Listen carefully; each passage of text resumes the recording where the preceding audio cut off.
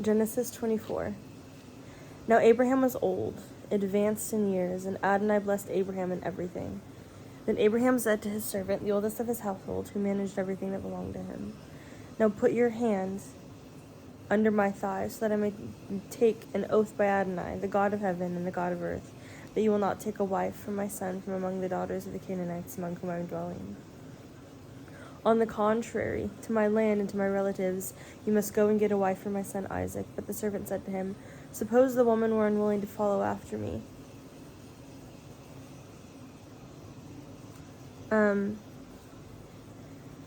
After me to this land. Should I then have your son go back to the land you came from?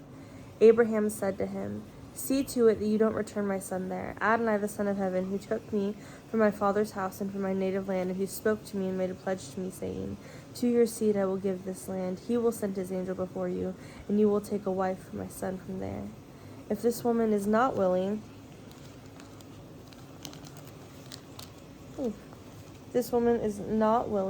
to follow after you, then you will be free from this oath of mine. Nevertheless, you must not return my son there.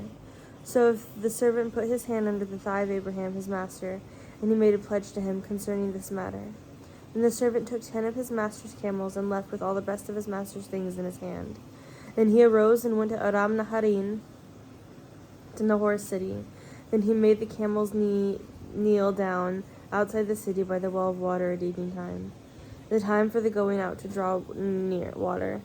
Adonai, the God of Abraham, my master, he said, please make something happen before me and show loyalty to Abraham, my master. Look, I am standing by the spring of water, and the daughters of the men of the city are going out to draw water. Now let it be that the young woman to whom say, please tip your jar so that I may drink it, and she will say, drink, and I'll also water your camels. Let her be the one you have appointed for your servant leader. So by this I'll know that you have shown graciousness to my master. Now before he had finished speaking, behold, there was Rebekah, who was born of Bethulah of Milcah, the wife of Nahor, Abraham his brother, going out with her jar on her shoulder. Now the young woman was very good-looking, a girl of marriageable age, and she was a virgin. She went down to the spring, filled her jar, and came up. Then the servant ran to meet her and said, let me sip a little water from your jar. So she said, drink.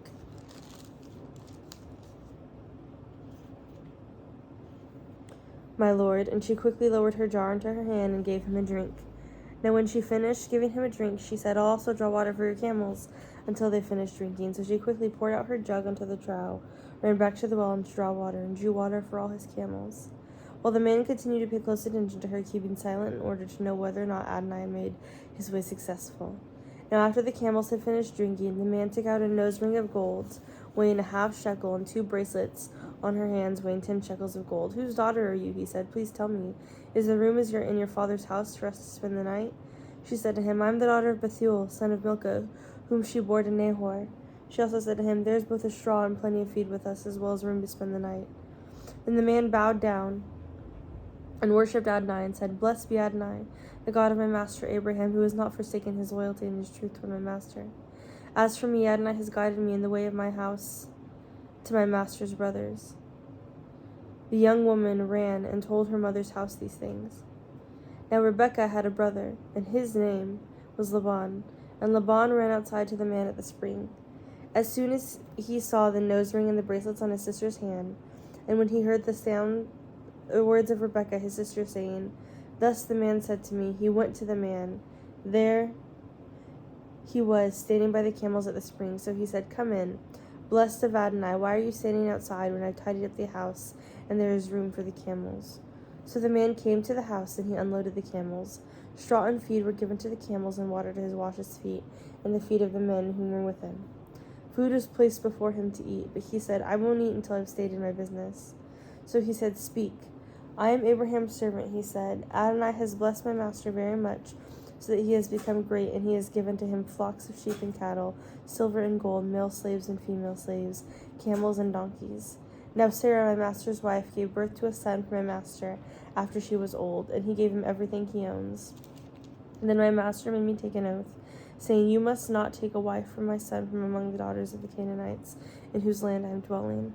Instead, you must go to my father's house, to my family, and take a wife for my son. But I said to my master, suppose the woman won't come back with me. So he said to me, Adonai, before whom I've walked continually, will send his angel with you, and he will make your way successful, and you will take a wife for my son, for my family, and for my father's household.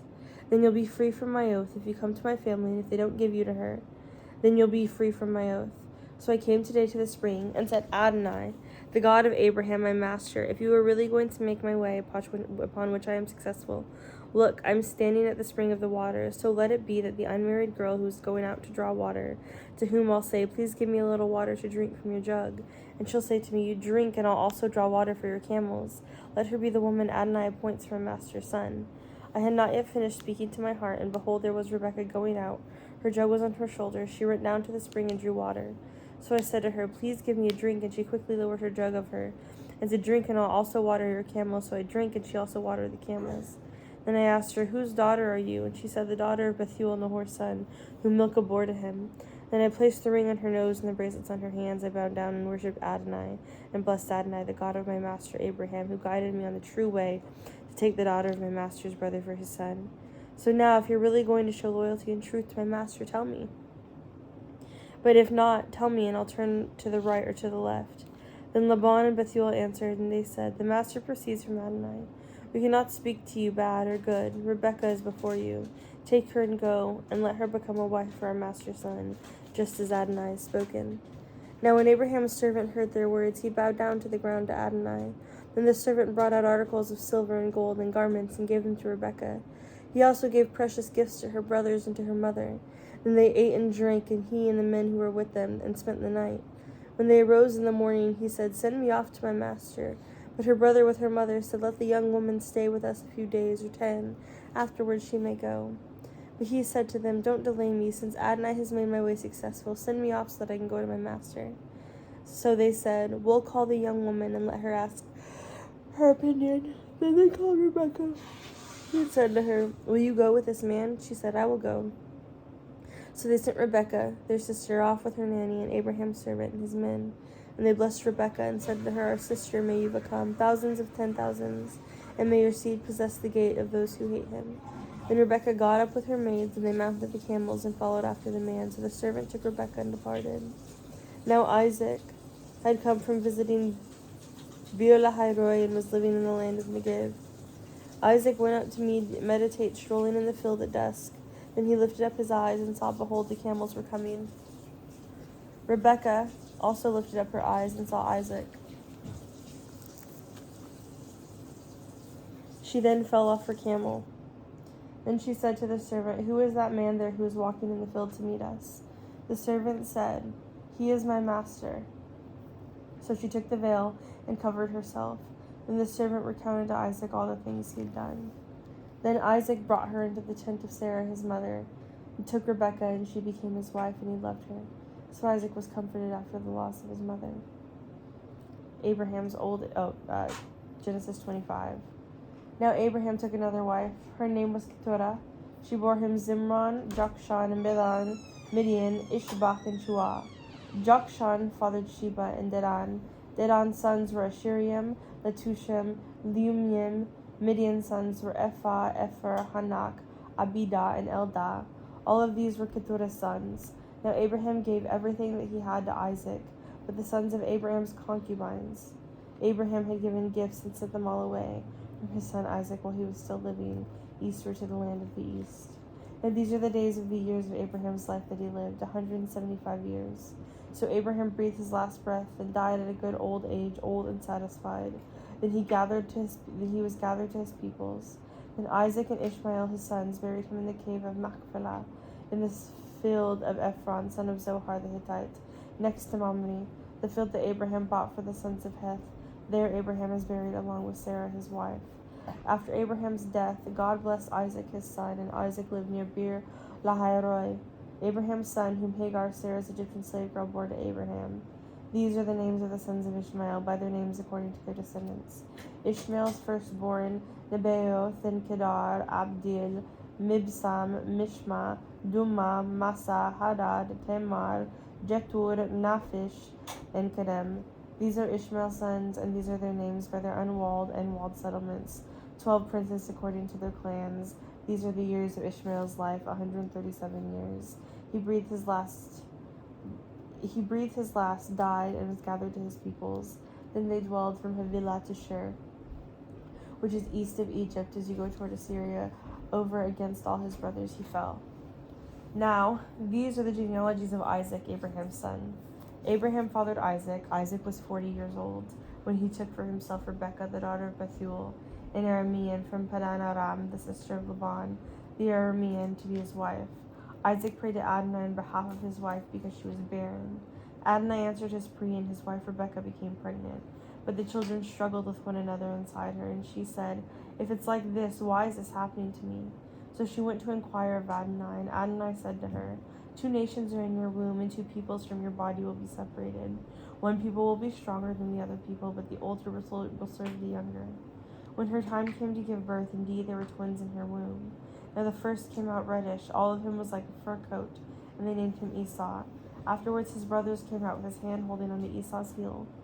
So he was named Jacob. Isaac was 60 years old when he fathered them. When the boys grew up, Esau became a man knowledgeable in hunting, an outdoorsman, while Jacob was a mild man, remaining in tents.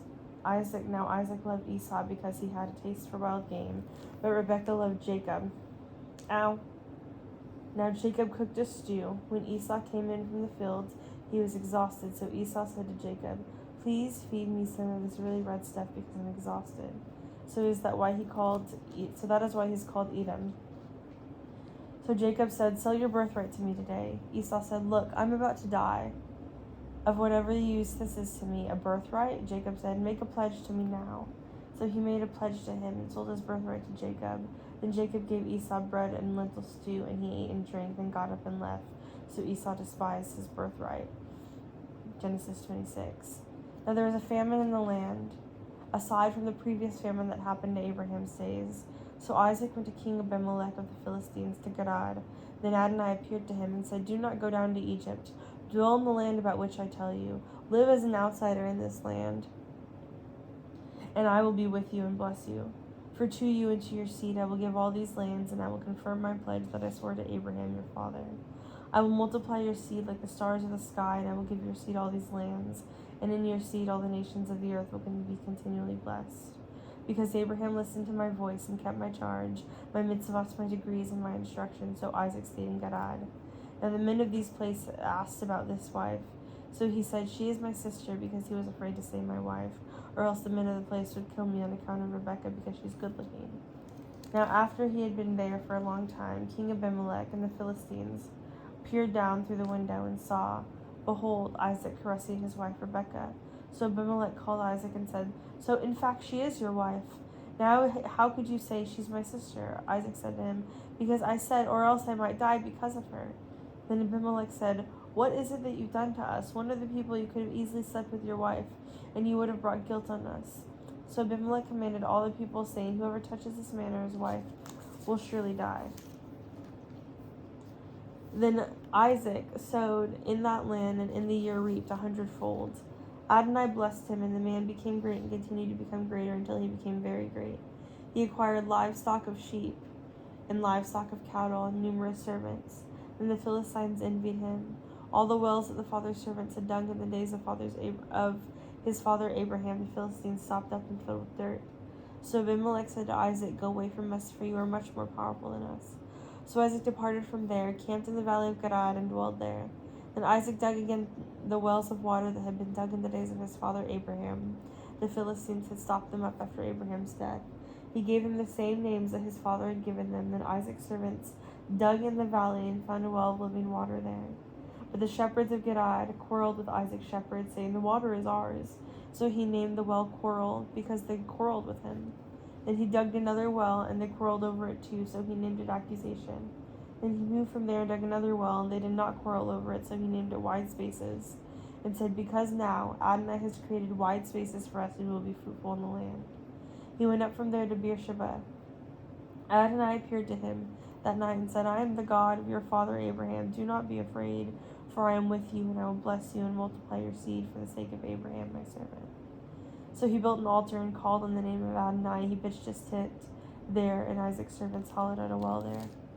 Now Abimelech went to him from Gedad, along with Achazat, his friend, and Phicol, the commander of the army. Isaac said to them, "Why have you come to me, since you hate me and sent me away from you?" They said, "We've clearly seen that Adonai has been with you." So we said, "Let there now be an argument between us and you, and let us make a covenant with you that you will do us no harm, just as we haven't touched you, and just as we did nothing to you but good, and sent you away in shalom. You are now blessed by Adonai." Then he made a feast for them, and they ate and drank. Then they got up early in the morning and made a pledge to each brother. And Isaac sent them away, and they departed from him in shalom. Now it happened that Isaac's servants came and told him about the well that they dug, and said to him, "We found water." So he called it pledge. That is why the city's name is Beersheba to this day. When Esau was 40 years old, he took a wife, Judith, the daughter of Beeri the Hittite, and of Basemath, the daughter of Elon the Hittite. But they caused a bitterness of spirit for Isaac and Rebekah.